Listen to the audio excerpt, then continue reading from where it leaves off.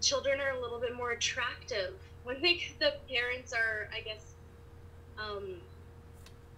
calm. Like I say this in a weird sense because I noticed that my my best friend who had a son at the same time that I did, he she was stressed out the whole time. Like she found out her boyfriend was doing crack, and yeah, he was 30 years old, living with mom and dad, and never had a job, doesn't have a car, nothing.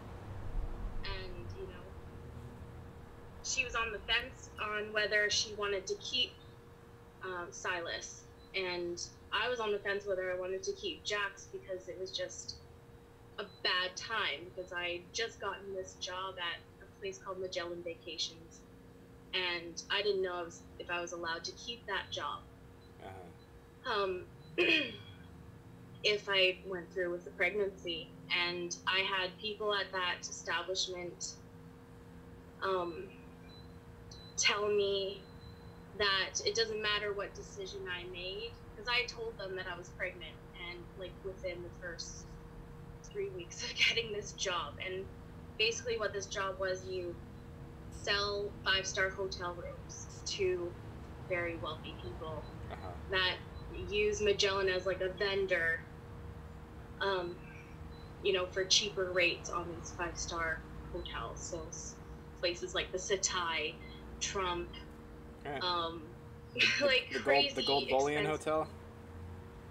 And so they were so stressful. Like for the next 6 months, I was so stressed out, and I'm that kind of person that can't really lie to people. So if I see a cheap deal for people, like I will give them the cheapest deal.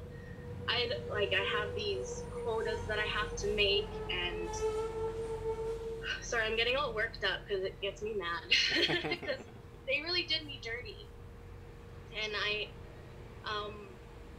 I feel like an idiot because I got fired at 6 months pregnant from this job, and because I didn't think pregnant? that was possible, especially living in Canada. What was the reason? I didn't make enough money. Like, you have a certain money tier that you have to get, and they said, we are going to give you 3 months to make up for what you didn't make. And I just came out of training. They do 4 or 6 weeks of training on the computer or whatever, and you don't have much time in between, and you're given the shittiest hours. You're given from these business people, they book these hotels through their secretaries, and usually during the day, and I had the night shift, almost, I guess more evening. So I get to work at 3, and then I'm there till 11, sometimes midnight. And when you're less on seniority, you don't get as many calls coming through. I'm not trying to make excuses, but I'm just saying I was on this huge time crunch, because I really wanted to succeed in this, because once you were through I'm sorry, I need some water.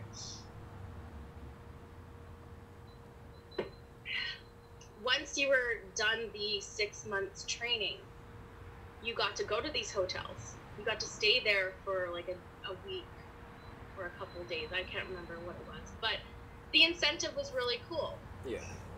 I would be able to go down to Florida and have the flight paid for, and have these, hotel guys show me around these hotels so that I can give my own personal perspective of these places to the customers.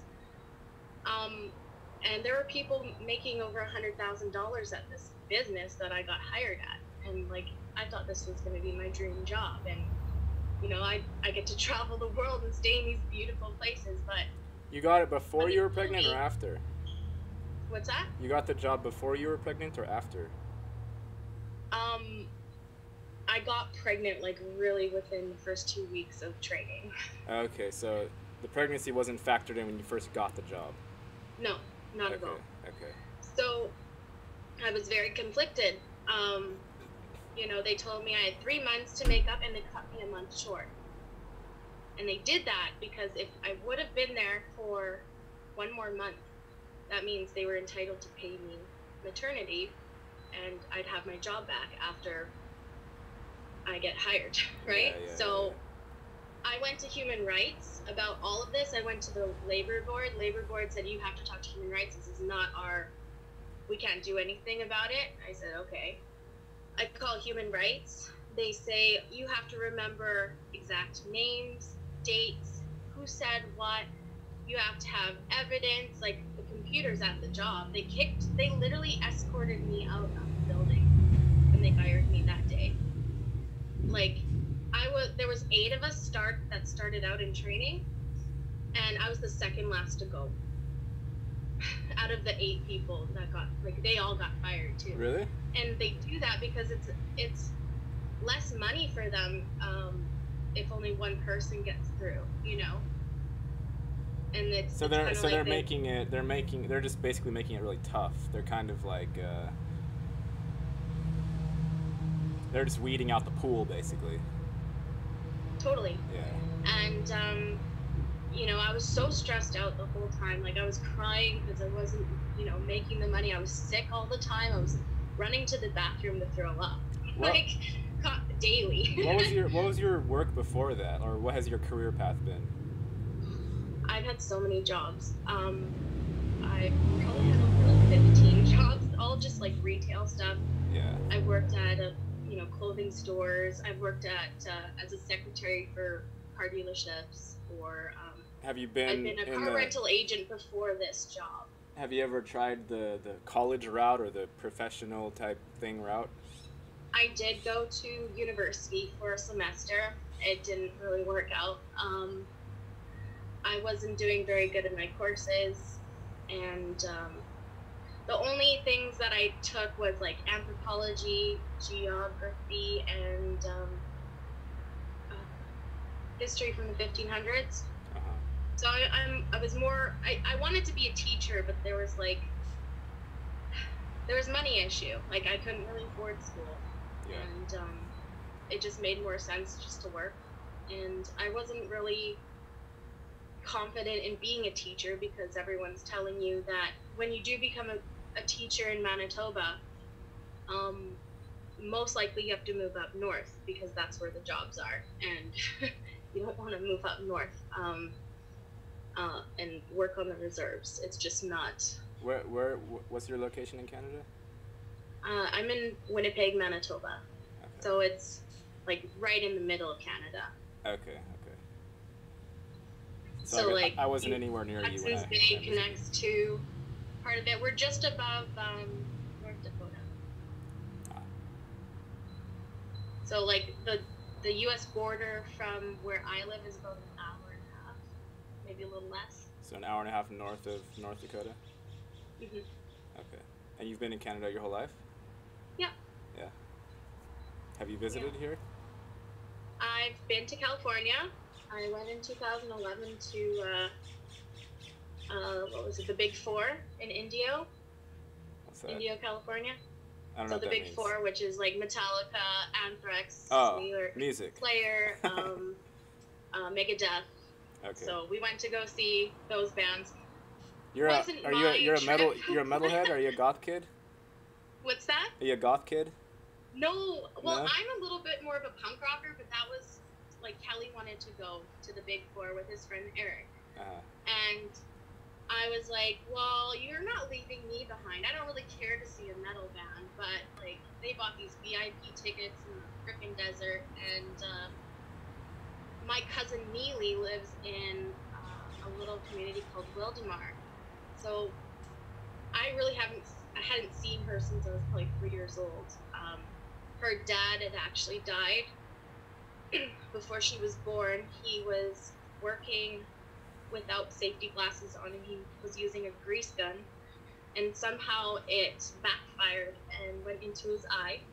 Oy. He didn't die right away, went to the hospital and passed away when he was there, but she was, in her mom's belly when this happened, and my dad kind of, that's when his trauma came in, I guess. Yeah. because my dad was only like 14, and he said that at the time when Richard got in his accident, he was at the lake with my grandpa, and my grandpa was in complete shock. So my dad, being 14 years old, had to drive the car all the way back to the city because my grandpa couldn't drive. Yeah. So that was, and ever since then, I guess my grandpa kind of became a drinker and, you know, abused my dad a little bit. And I think my dad is still a little resentful, like, because me and my dad don't really keep in touch, but there is this like bond we have that I can't really explain sometimes. Like, it's like he can read my thoughts, and it's kind of creepy. Like it and my brother can confirm this too. Like, he's like and even my brother's friend. But besides that, I think we were talking about the whole me getting fired, and there was an important point that I wanted to get about being fired when you're pregnant. So I go to human rights. They say you need this, this, and this. They said, we'll call you, we'll send you a package. A year later, I get nothing. I call them and I said, well, you know, this happened. What do I need to do to go forward with this? Like, this is a human rights issue. No one should be able to get fired when they're pregnant. Like, that's, you know, that's immoral. Yeah. They cut me short. They didn't give me the time that they said they were going to give me. It was unfair. And they said, well, since it's been a year, there's nothing we can do. Are you joking? She's like, you have to remember exact names, dates, blah, blah, blah, and it's going to cost you all this money. My stepdad's even like, don't do it. Yeah. Because if you don't remember the right stuff, then you could get, you know, screwed over. And you'll have to pay all these lawyer fees for nothing. Yeah. And so I let it go. That's just So, how like, what else it was can I designed. do? It was designed to be like that. It was designed to be difficult. If it was designed to support the individual people, then that's what it would be doing right now. It wasn't designed for Yeah. that. Yeah. That goes But- hand in hand with the trauma, you know, the stuff that we're here partially to just go through and gain whatever we need to gain from that. If something happens to you, it was supposed to happen to you for a very specific reason, and then at the time in which that comes to a completion, like say you getting fired and now you're in another spot, that's where you have the opportunity to either one, play victim role for however long you need to do that, or two, say it happened, and like I'm not gonna go battle with the corporation. Like that they thrive on that shit. They love that. Yeah. You know. Yeah. Well, and I had already caused so much like angst in myself while I was pregnant with Jax, you know, and I see that within him. He's very antsy, like he can't sit still, and Yeah. you know, he's expressing all the feelings that I was expressing when I was pregnant with him. And so therefore, like, he's a different kid than, you know, Flynn. You know, Flynn's a little bit more laid back and super happy. And I'm not saying Jax wasn't happy when he was baby, but I get the feeling like they're going to be different temperament-wise because of the things that transpired while I was pregnant with them. Well, just imagine for a second like this. Just imagine the idea that beings can transfer between realms, right? And imagine that one of the ways to do that, among many, is coming through a vagina. Like that's one of the ways you can transfer your consciousness to a realm. Yeah. Now just imagine that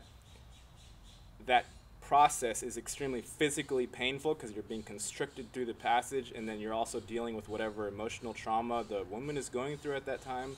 And then you come out and you have like alien looking things in blue get up, you know, that you don't know, like taking you and doing stuff with you, and you don't know anything about that either. Like the welcome for that sort of transference, it's not a welcome, it's like a birth into immediate trauma, you know. And of course you're not retaining necessarily all your memories from prior to doing that. So I feel like that in itself, the birthing process and what we've allowed it to come to, like how many people do natural like water births, you know? How many people do midwifing where it's comforting, support a person that you know? and a natural environment, a peaceful environment, not like strange people in suits, not welcoming, but you get my general gist of what I'm saying. And Yeah, if a well, the child starts hospital, out like there's that, no good energy if a child going through that place. if a child starts out like that, then that's how the realm is going to be composed of, because that's how every single being is getting their start. Totally, I agree, and I wish I was strong enough to seek out that kind of birthing process, but I was weak. Well, you have monetary constrictions, and then also all of the family is gonna say, well, of course you birth the child at a hospital. That's just what you do, Yeah. Not to mention all of the holistic doctors, practitioners were getting killed up into the recent.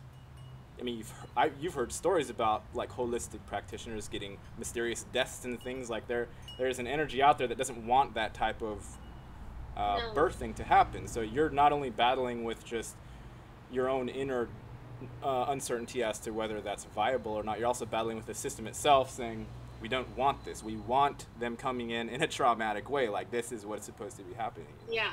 Yeah, they got to be scared at the get-go, right? They got to know who's boss kind of thing. Right. I get you. Which is interesting. Brings me to a cool little story. When my mom was like, I think only 13 or 14, she actually delivered a baby. I guess her and her friend were walking down the street, I think, and I guess this woman had pulled over to the side and she was gonna have her baby. They couldn't make it to the hospital, I guess. And my mom was the only other person around, and she delivered that baby and made it into the papers. Wow. Like, could you imagine being that young and like having to do that for someone?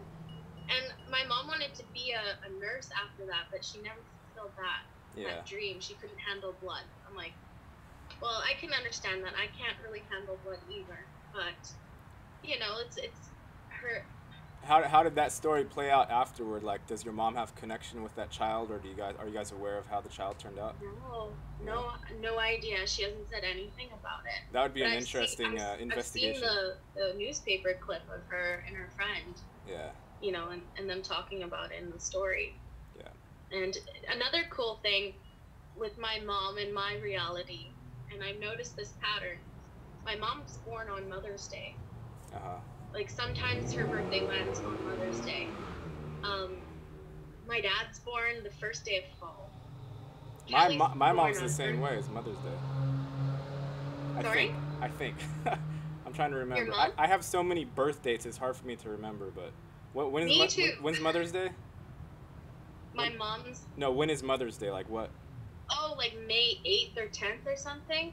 I think she is. If any of my family's watching, they're going to laugh their asses off because I don't. I have nine siblings, and I also like intentionally don't hold on to very much information, but wow, more than me. I think there's one sibling I can't remember their birthday. But other than that, I'm pretty good at remembering. I just don't remember my stepmom's birthday. I always think her birthday's in August, but it's actually in January. I never know. I'm in peace with not holding on to all this knowledge. Oh, for sure. It's just a distraction, and it's just another, pocket burner. Right? Yeah, right. Especially when you got that many siblings. Like, I don't typically get my siblings presents all the time because I just can't afford it. Yeah. I barely make any money out of it. We recently adopted the stratagem of just, you don't have to get gifts because these things, it's 11 birthdays per year, and that's not including any relatives, even though we don't really participate in that too much. But it's like a birthday every single month. Yeah, that's just like a lot of work. Crazy. It's a lot of work, not to mention money and time. So we just said, like, whoever can make it can make it. If you can get a gift or want to give a gift, then give it. Otherwise, like, we don't. It doesn't matter, That's good. It's good to have that flexibility. Yeah. Me coming from two different families, like, there's two different dynamics at each house. My dad's house is a little bit more formal, and everyone usually gets a gift, and like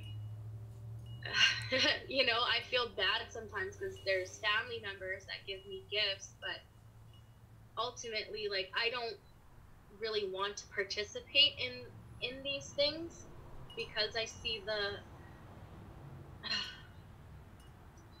backtracking that it does in our growth. Yeah. And you know, I mean, it's nice to participate in the family part of it, but it's the gifts, you know. If we cut out all of these holidays and all of these, you know, certain things that corporations want to push upon us, you know, like how, like, Halloween candy got pushed out in August already, you know? It's just to make profit. It's not even... Christmas starts immediately after Thanksgiving, right? Yeah, which you know, is 2 months prior. There's one thing after the other. Yeah. Like, there's Valentine's Day, like all the cards and paper and just junk. Yeah. That we don't need to be engaging in anymore if it's gonna help, you know, towards making the world more prosperous for everyone. There's a little bit of tension between the amount of sort of image that everybody feels they ought to present, because there is a certain sort of accepted image that you present.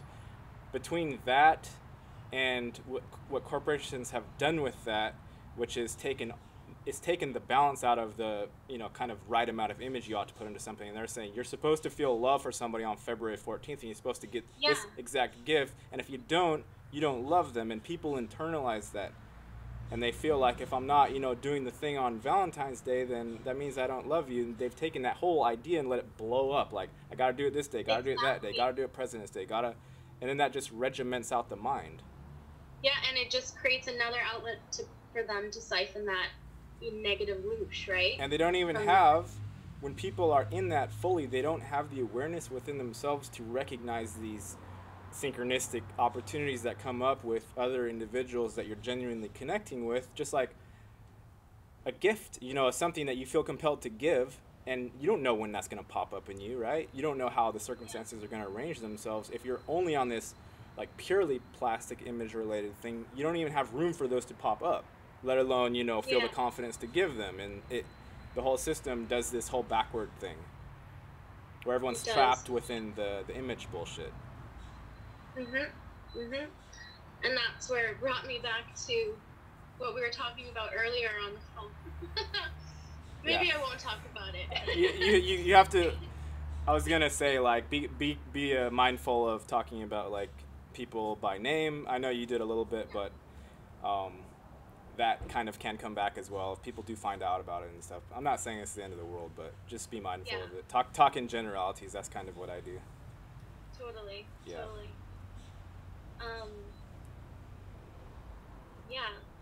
So I don't know where to go from here.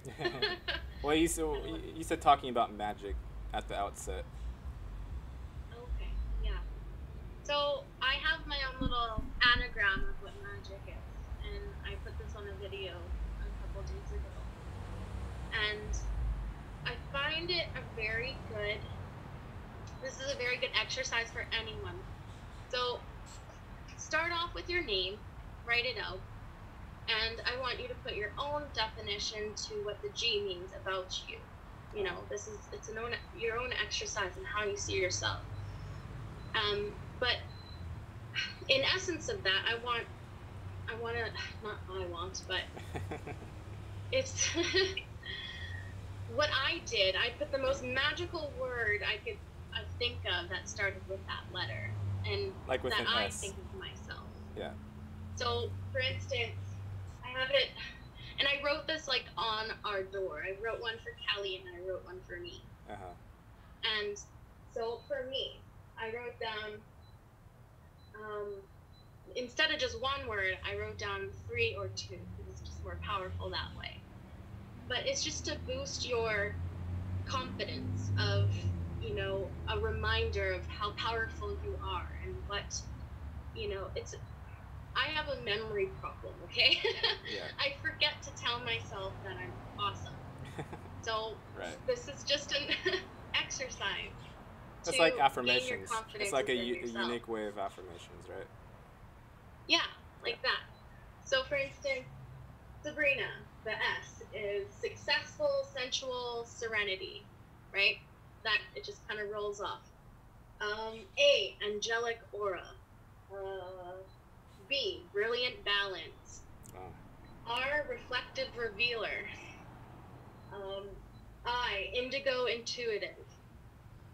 N, I put new nobility. Like, I like to think of myself as a noble person for being able to step up in what I do. Sure, there's nothing wrong with that. Like, you always have the thing put out that, like, the people ought to be the plebeians, the peons, the low life, like, nothings. Like, that's what the system says. It has nothing to do with what you actually are. You are going to be what you're going to be. Like, just drop all that nonsense. Be a king or queen if that's what you feel. It doesn't matter, you know? Like, exactly. who's stopping you? Yeah, what's stopping you? Like, if we can manifest our own reality, if you really can break through the matrix in that sense and use it to your own advantage. I mean, I'm all for that energetically. It's when you use it for nefarious reasons, you know, and if you use it for your with people's free will, your own advantage, but with regards to everybody else who you're sharing space with. Because there are certain advantageous reasons for, say, a certain individual to have a certain amount of, like, effect on the population, and there's reasons for certain people to stay kind of more under the radar. But everybody who's coming into their power to just realize there is a very specific way that my unique self ought to interact with this population. It's not the same for everybody, but it's always the thing of going within, like the Bible says, like, it is within, and then that spills out onto the outside. And if you're staying internal, if you're respecting your own internal makeup, then that gets empathically given to the people you're talking to, and they understand there's like a silent exchange that's happening. Totally. I completely agree.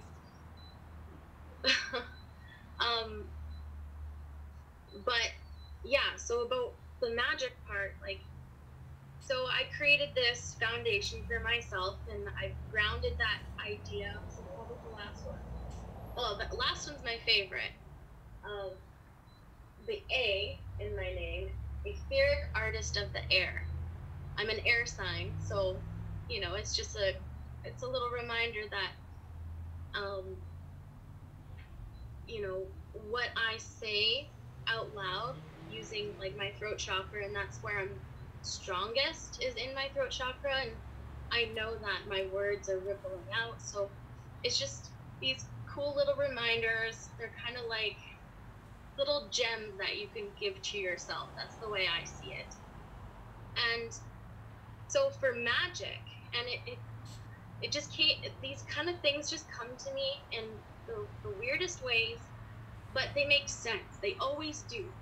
And you know, for magic, I put magnetic, A for etheric, G for genuine, I for infinite, and C for creation.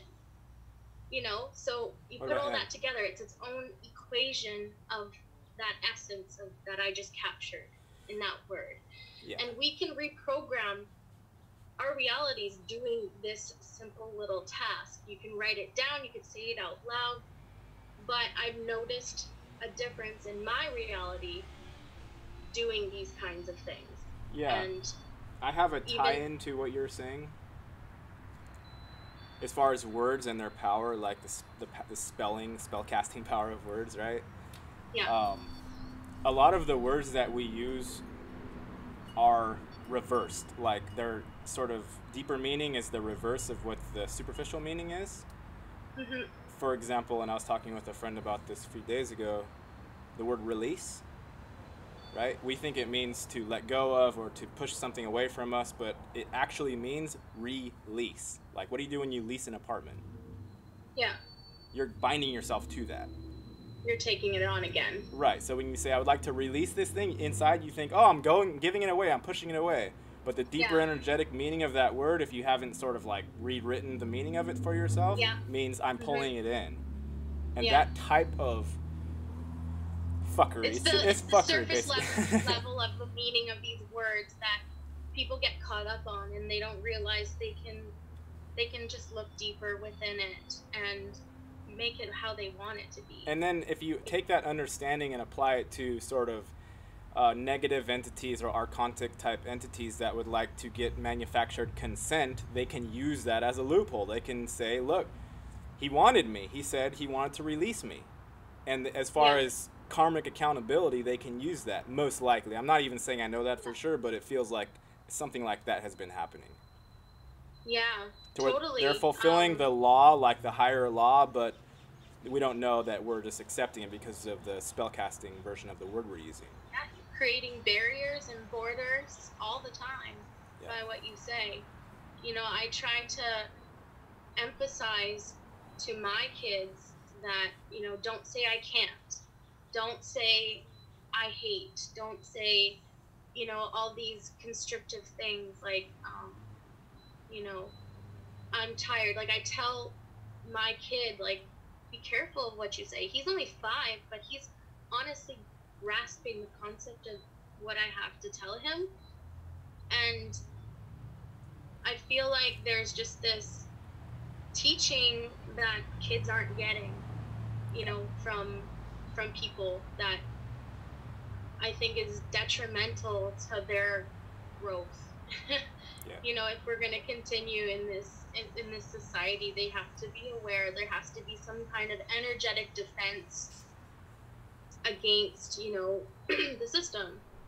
Right. Like you said, you know, when we're using those words, you're contributing to manifesting the boundaries and the limitations. Without knowing it, like without having a clue. Without knowing it at all. Yeah, it's hidden. It's hidden in there. And then being that you had the expectation that you were going to let go of it because you thought that's what you were asking for. Like some people are like, God, how come you gave me this? And you know, and he's like, that's what you asked for. There's this weird thing that's like, imagine if you're trying to contact a higher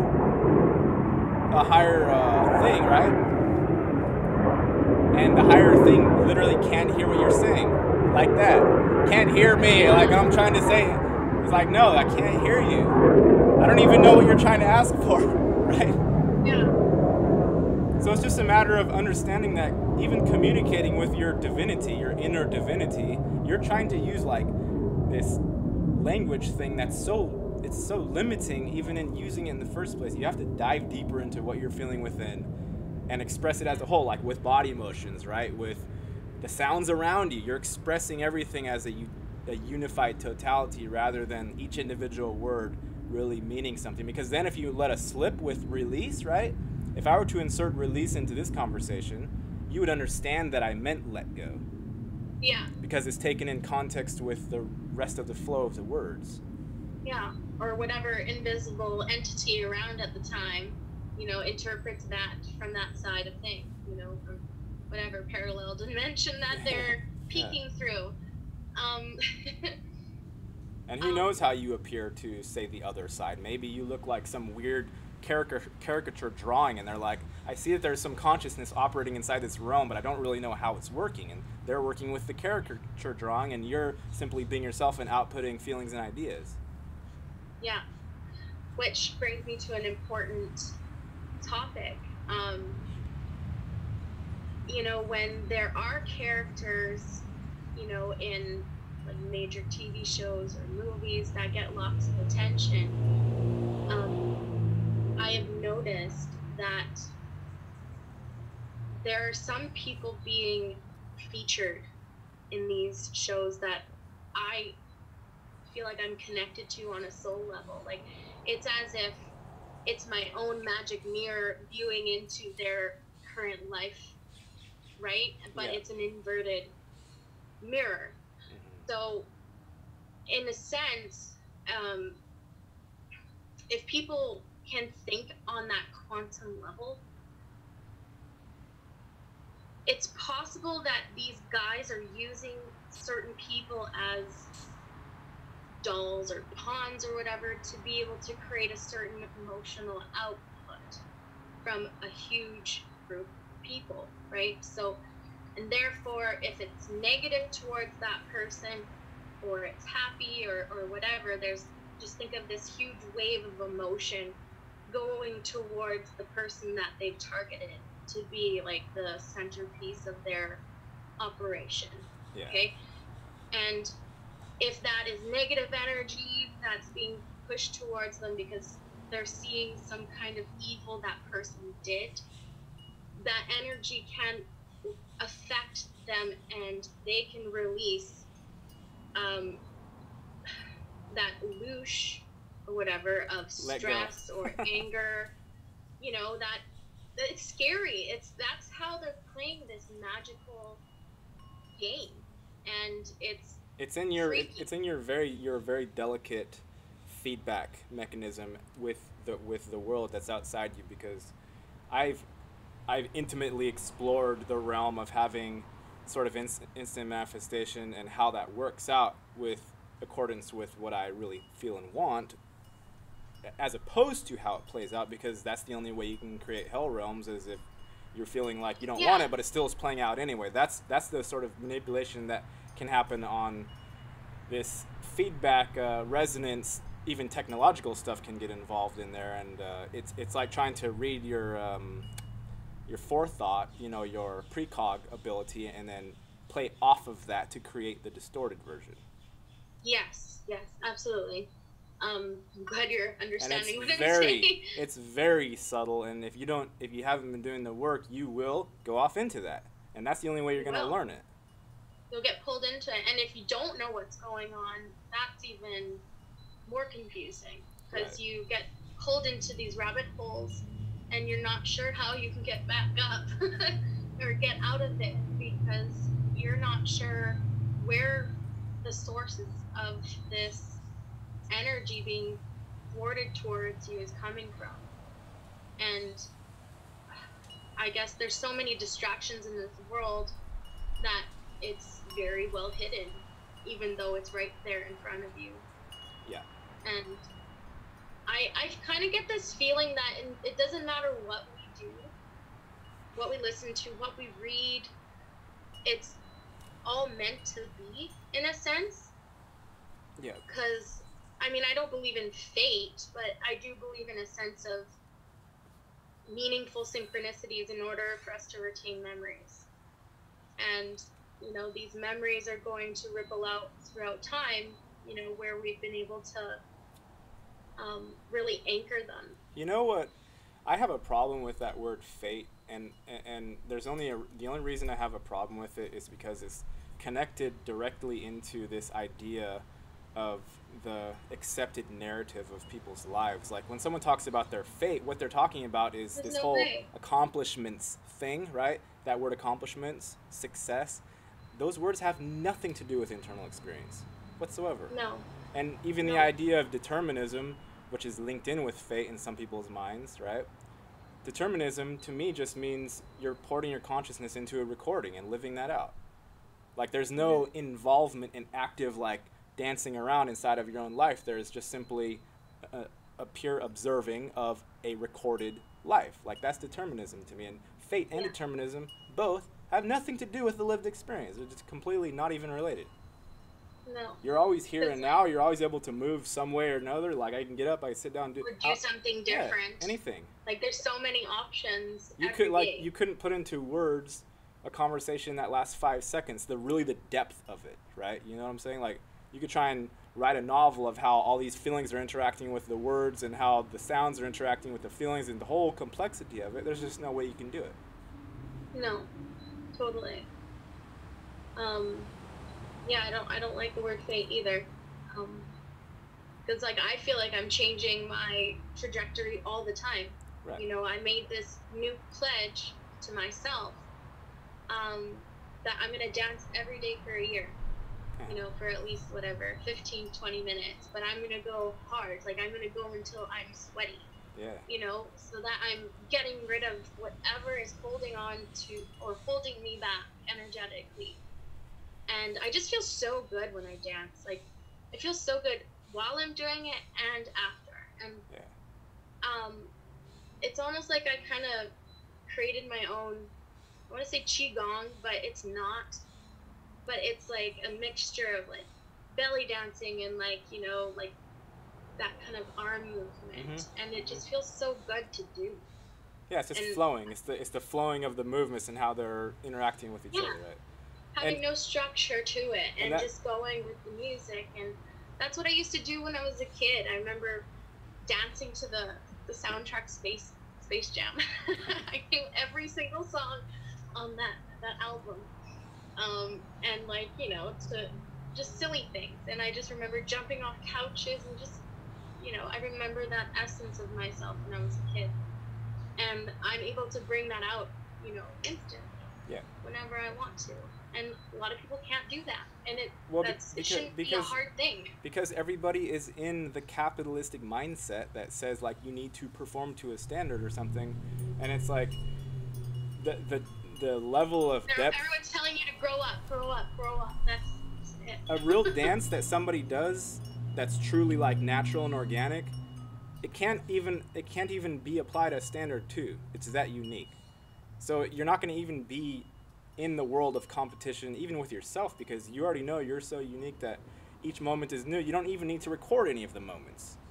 Yeah. You know, exactly. it's flowing through and it's giving you what you need at that time. And why do you even need a memory, basically? I'm not saying you don't need a memory necessarily, but as far as us coming up and out of this constrictive mindset, like, yeah, it's just you just open up. Yeah, that's why I do share the videos that I do, and that's why I put out so much different stuff, because for one, it's nice to see a record of the success within myself and the things that I can remind myself of. And not only that, I can't just explain what I'm going through in just one video. Yeah. Like it's an experience that I'm trying to provide for my sons if they ever feel the need that they want to see what mom's up to. Yeah. And I'm gonna show them if they want to see that, and they already know. Like my 5-year-old's always like, Mom, are you gonna go do your readings? I'm like, yeah, Jax, I'm gonna go do my readings. It's like, okay, I won't bug you. Yeah, you know, yeah. The kids get it. Like, they get what you're doing, and they want to participate, you know? He does. And the kids are like, they have so much to give. They've been submitted to the retarded thing that says kids should be heard, seen, not heard. Like, just these type of bullshit axioms that have just been propagated on the minefield. Like, it's no, they're the pure version of the human before the human gets full of bullshit. We should be listening to them, not an orange guy in a suit. He has nothing to do with anything either, you know? No. That's where the wisdom and the new life is coming from, is the children. Totally. They're my guiding lights. Like, you know, everything I'm doing is for them. You know, I want to be able to help them even if I'm not here. You know, if you know, anything ever did happen, I just want to be able to have given them the variety that I guess like I can offer them, you know. And I'm probably going to be doing these videos for a very long time, so I'm sure, you know, they're just going to have the full-on experience just having me as their mom. But yeah, you know, in essence, once they get to that teenager age and they're going to, you know, get into that attitude or whatever, maybe they won't.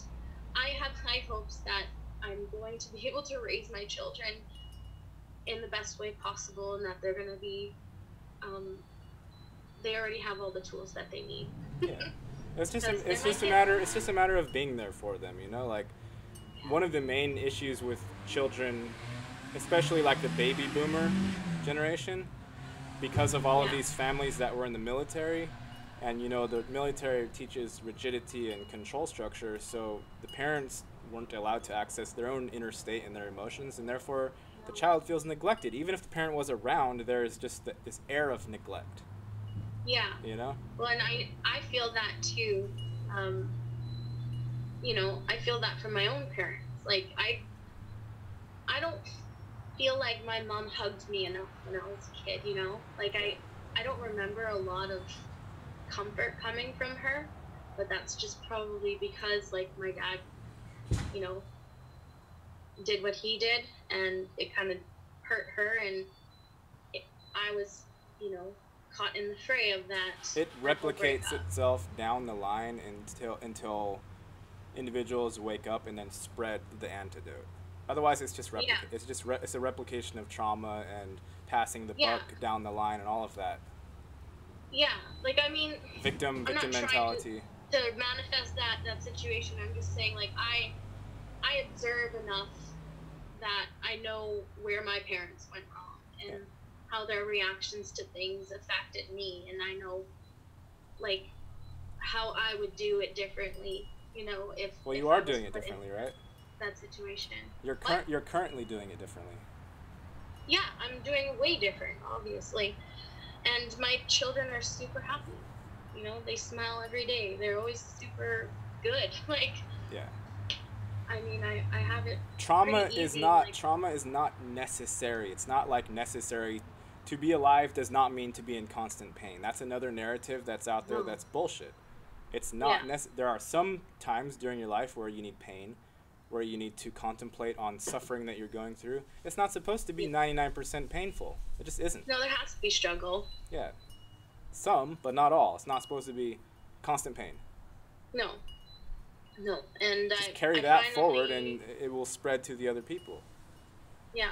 And I finally realized that, like, I cut the toxic people out of my life, and, I cut out the people that, you know, more so took advantage of my good nature, and I tried to pull that charming card for a long time too, and it doesn't work. You Yeah. got to set boundaries for some people, but at the same time, you realize, like, sometimes it's not just you, but it's,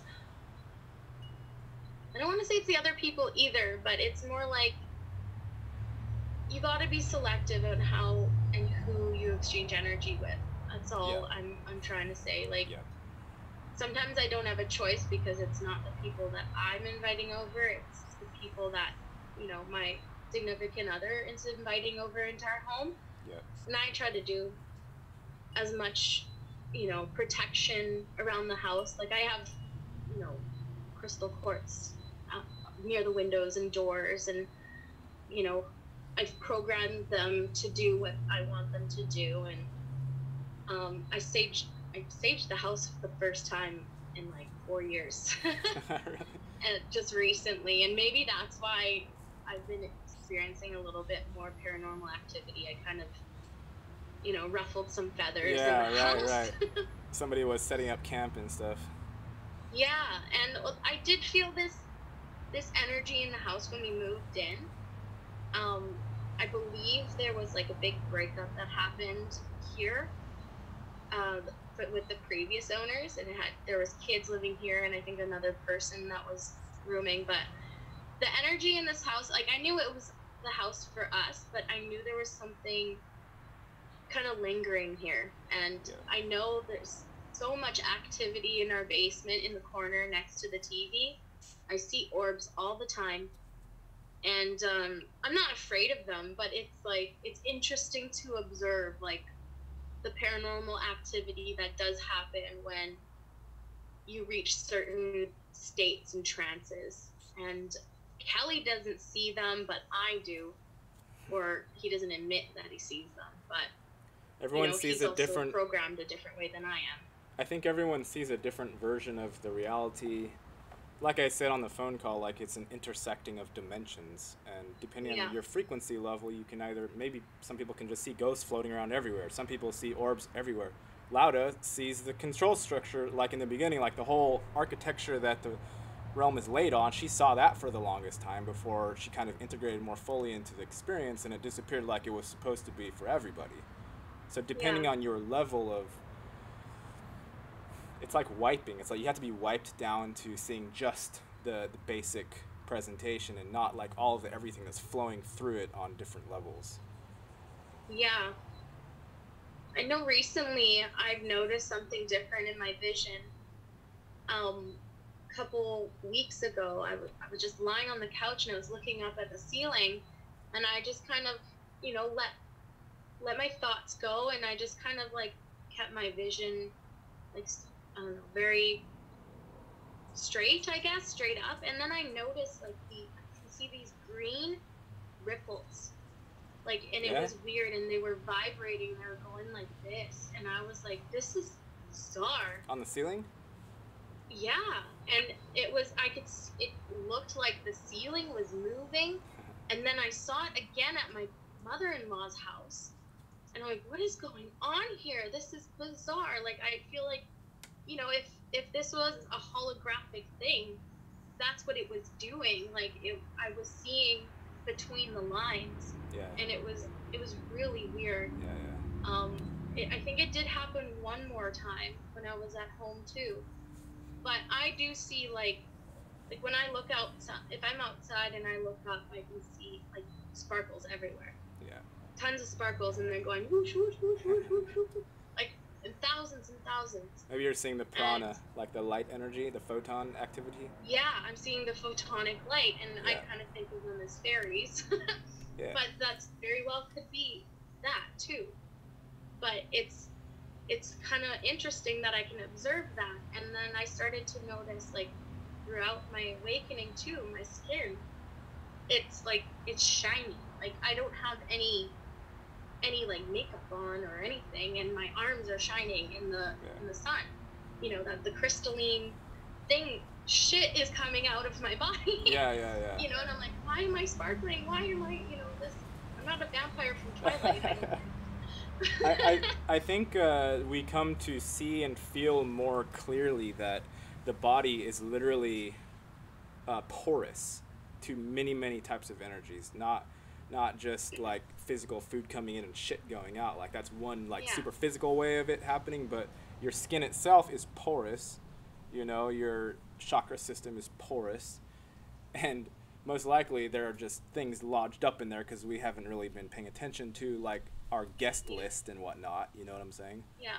And those of us who have awakened for the most part, or are awakening to an extent, what sort of ramifications that porousness of your whole physical vessel means. Yeah. You're waking up to that, okay, that's what Border Patrol actually means. It has nothing to do with a line drawn between Canada and the United States. Border Patrol means that your own physical vessel and your mind, right? Mind has borders as well. That needs to be shored up, and you need to be very aware of who and what you're letting in there. Mm-hmm. That's shaping your moment to moment reality. Yeah. It's I feel like once you become more of a whole person, you know, catching your soul fragments and weaving them back together into your soul, and being able to deal with whatever pain that came with that putting together, and, you know, transmuting that energy for your own benefit. Like, you just attain some kind of ability out of that situation, you know. You can look at that as your own kind of measuring system on how you're doing, I guess, in a way. I wanted to say something and I lost my train of thought. Darn it. I think we're coming up on about an hour, so that's usually kind of what I keep them at now. Okay, cool. I wanted to ask you... I don't want to be any longer than this, too, and we talked about a lot. Yeah, I wanted to ask you, before we finish up, the channel that you started off with, are you still operating the same channel, or do you have a whole different one, or did you just rename it? Or has it always just been Sabrina the Shamanista? Yeah, Sabrina the Shamanista is like a collection of everything I do, like the singing, the poetry, the sacred text readings, the wands, whatever art that I'm doing, the vlogs. I just kind of wanted to remaster the things that I've said into a more palatable way of speaking them. And what's the new one called? You know, I wanted to incorporate these interviews on that new channel as well, because this is how I feel like the most growth. I experience the most growth when I'm interacting with people on this level, and I think it's good to be the example, and therefore that's why I made a second channel, because I just wasn't feeling like people was resonating with Sabrina the Shamanista, and I just got a weird feeling about it, and I just feel like if I just rename it or just put another channel out there called My Shamanic Life Through Infinity, that would put a different vibration on me completely, and maybe people won't think I'm trying to be narcissistic by saying shamanista, because it's just not, I don't know, it's not something you hear every day. I don't know. Yeah. It has some baggage. There's a connotation over it that I don't feel is getting through to people. The second channel, have you launched it yet? Is there any content, or is it still just sort of there's theory? One video on there that talking about everything that I want to talk about. So if any of your viewers are interested, I have a long list that I go through on that first video on that channel of the things that I want to talk about. So so I can sift through and be more interactive with people, and if I'm really vibing with, you know, what you have to say, or energies, or whatever, I'm open to engaging more with people on that channel than Sabrina the Shamanista. Yeah. Kind of thing. Okay. I don't know. I have many different visions for it. I just felt like I really like the name My Shamanic Life Through Infinity, because it makes sense, because I have a life path number of 8, and you know, it just... Well, you're removing the personal identity as shamanista, and you're putting it more into, that's just an aspect of my journey rather than I am that, right? Exactly. Okay. Yes. Okay, well, send me both the links so people can access both of your channels. Okay, sounds good. And I'll put them in. Yes, I will incorporate you on my channel as well. I really appreciate talking to you. Yeah, are you gonna be able to mirror this or download it or whatever, or would you like me to try to send you like my version of it? You can send me your version. I have no idea how to work this yet, so I didn't even press record. Yeah. Because it didn't even show up. I have to move the mouse for it to pop up there. It's learning process, Sabrina. Learning process. Yeah, first time I've ever done this. So yeah, and it didn't go too horrible. So. I'm an old pro, so. Well, you make it very easy. Yeah. So thank you again for coming on. We had a minor hiccup, but now it has happened, and it can act as a catalyst for you to move on into, you know, your own creative capacity, with support, of course, from everybody that I come with, and, you know, it's energetic support for everybody. Absolutely. Blast off. Blast off. Thank you so much, and you're a very genuine person for doing what you do, and I salute you. Thank you. Okay, we'll talk later. Yep. Peace. Bye. Bye.